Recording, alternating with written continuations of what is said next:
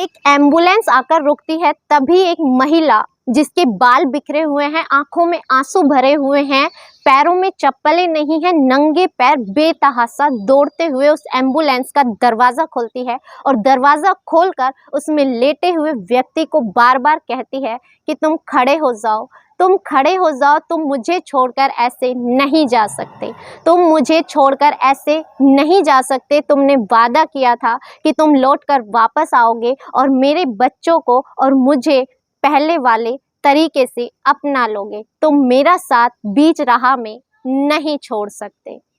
दरअसल ये वही महिला है जिसे आज तक तलाकशुदा होने के ताने दिए जाते थे, बेवफा की पत्नी के ताने दिए जाते थे, सिंगल मदर होने के ताने दिए जाते थे। यहाँ तक कि बहुत लोगों ने इसे मनहूस तक कहा कि ये अपने पति के साथ ज़्यादा दिन रह नहीं पाई, एक तलाकशुदा है और एक सिंगल मदर है।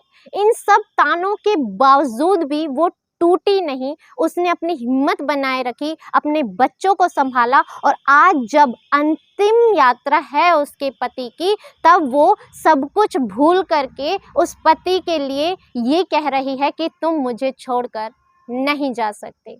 दरअसल हम बात कर रहे हैं करिश्मा कपूर की, जानी मानी अभिनेत्री करिश्मा कपूर, जिनके पति संजय की हाल ही में अभी मौत हो गई और मौत के बाद उन्हें जब उनका पार्थिव शरीर लंदन से लाया गया तो एम्बुलेंस का दरवाज़ा करिश्मा ने बड़ी ही बेताबी से, डरते हुए, सहमते हुए खोला और खोलकर वो जोर जोर से रोना चीखना शुरू कर देती है कि संजय तुम मुझे छोड़कर नहीं जा सकते, तुमने मुझसे वादा किया था कि तुम वापस आओगे और मुझे और मेरे बच्चों को जो हमारी जगह है वो जगह तुम दोगे। लेकिन अब तक बहुत देर हो चुकी है, संजय इस दुनिया को छोड़ करके जा चुके हैं। दरअसल संजय की मौत हो चुकी है। बता दें कि संजय और करिश्मा कपूर की शादी उस समय हुई थी जब करिश्मा कपूर एक जानी मानी हीरोइन हुआ करती थी, उनका इंडस्ट्री में बोलबाला था, हर कोई अपनी फिल्मों में उन्हें साइन करना चाहता था, बहुत सारे हीरो के साथ उनका नाम भी जोड़ा गया।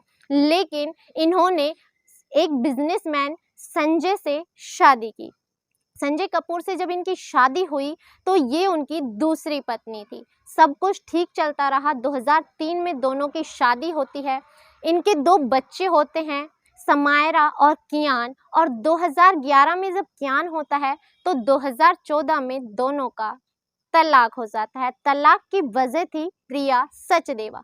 दरअसल जो प्रिया सचदेवा है उसके साथ जो संजय के रिश्ते थे उसके बारे में भनक करिश्मा को लग जाती है। करिश्मा संजय को समझाने की बहुत कोशिश करती हैं, उन्हें समझाती हैं कि तुम्हारे छोटे बच्चे हैं, इनकी तरफ देखो। लेकिन संजय ये सब चीज़ें नहीं समझ पाते और ये जब मुद्दा और ज़्यादा सामने आ जाता है, लगता है कि अब पानी सर से ऊपर चला गया है, तो करिश्मा अपनी मर्जी से उससे तलाक लेकर के अलग हो जाती है। अब ये तलाक लेकर के अलग हो गई। अब इनकी जब मौत होती है तो मौत होने के बाद का जो ये किस्सा है उस समय लोगों की आंखें नम हो गई। एक तलाकशुदा उसने ज़िंदगी जी, बच्चों को अकेले पाला, बच्चों को अकेले संभाला, लेकिन कभी भी उन्होंने अपने उसके पिता से यानी बच्चों के पिता से उन बच्चों की दूरी नहीं बनने दी, उनके रिश्तों में कभी खटास नहीं आने दी, उनके बीच रिश्ते हमेशा अच्छे रहे। और जब उनकी मौत हो जाती है तो करिश्मा अपने आप को रोक नहीं पाती, वो भूल जाती हैं उनकी बेवफाई, वो भूल जाती हैं वो सारे ताने, वो सारे सितम, वो सारे दुख जो उन्होंने सहे थे, अकेले उन्होंने अपने बच्चों की परवरिश की थी, वो सारे के सारे चीज़ों को भूलकर वो सिर्फ आज रो रो कर ये कह रही है कि संजय खड़े हो जाओ। उनके दुख को देख करके आसपास के जितने भी लोग हैं वो टूट जाते हैं। करीना कपूर और सैफ अली खान पूरा समय करिश्मा कपूर के साथ होते हैं, वो बच्चों को और करिश्मा कपूर को संभाल रहे हैं, लेकिन करिश्मा बड़ी ही बेतहास हालत में है। वो रो रो कर सिर्फ संजय को याद कर रही हैं। वो बोलती हैं कि तुम ऐसे मुझे छोड़कर नहीं जा सकते। ये सब चीज़ें जब लोगों के सामने आती हैं तो लोगों का सिर्फ एक ही कहना था कि तलाक के बाद रिश्ते कागजों में तो खत्म हो जाते हैं, लेकिन जहन से और मन से खत्म नहीं होते। करिश्मा कपूर के आंसू और उनकी दुखद व्यथा देखकर समझ आता है कि एक औरत अगर किसी को चाहे तो सच्चे दिल से चाहती है। इतना समय होने के बावजूद करिश्मा कपूर ने कभी विवाह नहीं किया। वो अपने बच्चों के साथ ही अपनी जीवन यापन कर रही थी। अपने पिता तक से उन्होंने दूरी बनाने के लिए बच्चों से कभी नहीं कहा। इसी बीच जब उनका अंतिम संस्कार होता है तो एक पत्नी के जितने भी क्रियाक्रम होते हैं, जितनी भी रस्में अदा की जाती हैं, वो सारी करिश्मा कपूर आगे बढ़कर निभाती हैं। वो कहती हैं कि संजय एक एनजीओ चलाना चाहते थे और आज मैं दृढ़ संकल्प लेती हूँ कि मैं उनका ये अधूरा सपना जरूर पूरा करूँगी। अगर मैं उनका ये सपना पूरा नहीं कर पाई तो मेरा होना व्यर्थ है। इसी बीच एक खबर और सामने आती है कि जो लंदन में संजय के एक दोस्त थे, उन्हें उनके कमरे से जब सामान लेकर आए तो एक डायरी मिली। डायरी के अंदर जब डायरी को पढ़ा गया तो पढ़ने पर पहले तो आम ही बातें लिखी हुई थी, लेकिन बाद के जो पन्ने थे उनमें उनका दुख और दर्द लिखा हुआ था। उसमें लिखा हुआ था कि मैं याद करता हूँ वो हसीन पल जब मैं करिश्मा के साथ था। करिश्मा बहुत सहज थी, बहुत सरल थी। वो उनके साथ बड़े ही आदर सम्मान से पेश आया करती थी और वो उन्हें बहुत प्यार किया करती थी। लेकिन मैंने उन्हें धोखा दिया और प्रिया सचदेवा से शादी कर ली। आज मैं पछताता हूँ क्योंकि प्रिया मुझे शायद प्यार नहीं करती, वो सिर्फ मेरी दौलत से प्यार करती है।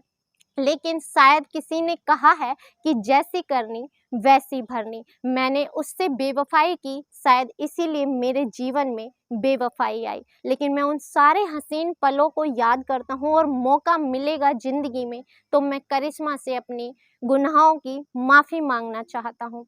ये डायरी जब लोगों के सामने आती है, जब सोशल मीडिया पर इसके पन्ने वायरल होने लगते हैं तो लोग सोच में पड़ जाते हैं कि शायद एक तरफ तो करिश्मा कपूर ने अकेले ये सारी दुखद घटनाओं को झेला, वहीं जो संजय कपूर थे वो भी उनसे अलग रहकर शायद कभी खुश नहीं रह पाए। लेकिन उनका दुख उनकी हंसी के पीछे छुपा हुआ था, जिसे शायद कोई देख नहीं पाया। लेकिन डायरी के अंतिम पन्नों में उनका दुख छलकता हुआ नजर आया। उन्होंने अपने बच्चों के बारे में भी उसमें बहुत सारी चीज़ें लिखी थी। ये सारा जब घटनाक्रम सामने आता है तो लोग सिर्फ एक ही बात कह रहे थे कि जो संजय है उन्होंने बेशक उनके साथ बुरा किया करिश्मा कपूर के साथ, लेकिन करिश्मा कपूर आज भी एक अच्छी स्त्री की तरह, जो एक सच्ची हमसफ़र होती हैं उसकी तरह आज खड़ी हुई थी। और वो इतना टूट गई थी, इतना बेबस हो गई थी, फिर भी अपने बच्चों को संभाल रही थी। उनकी बेबसी उनके चेहरे से दिखाई दे रही थी, उनके लड़खड़ाते कदम भी उनके चेहरे से दिखाई दे रहे थे।